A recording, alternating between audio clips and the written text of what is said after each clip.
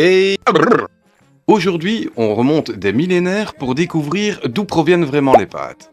Et vous risquez d'être surpris. Les pâtes ne tombent pas du ciel avec l'Italie. Les humains ont commencé à transformer des céréales en pâtes il y a des millénaires. Des traces de pâtes en Chine remontent à plus de 4000 ans avant notre ère. On trouve des traces de pâtes sèches confectionnées à partir de semoules et de blé dur vers 800. Mais bien avant des formes que nous connaissons aujourd'hui, des préparations simples de farine et d'eau très proches de ce qui serait des pâtes ou des galettes existaient déjà ailleurs.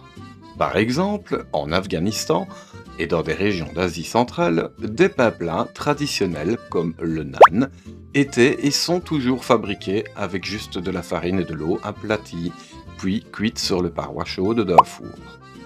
Une technique très ancienne qui montre qu'on travaillait déjà des pâtes basiques bien avant l'ère moderne. Ces galettes ou pains plats ne sont pas des pâtes dans notre sens moderne, mais ils démontrent que la base farine, eau plus cuisson était maîtrisée il y a déjà longtemps dans de nombreuses cultures. En Méditerranée, les Grecs anciens avaient des préparations appelées laganon, des feuilles de pâte découpées, ancêtres des lasagnes.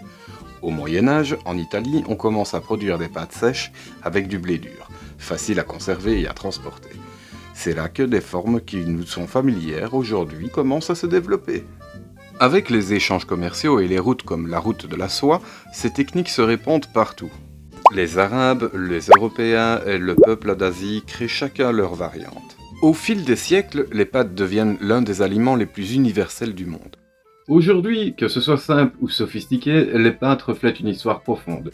Née de l'union de la farine et de l'eau et de l'ingéniosité humaine, chaque culture y a mis sa touche personnelle. Bon appétit! Si tu as aimé ce type de contenu, tu commentes, tu likes, tu partages et surtout tu t'abonnes. Portez-vous bien, prenez soin de vous.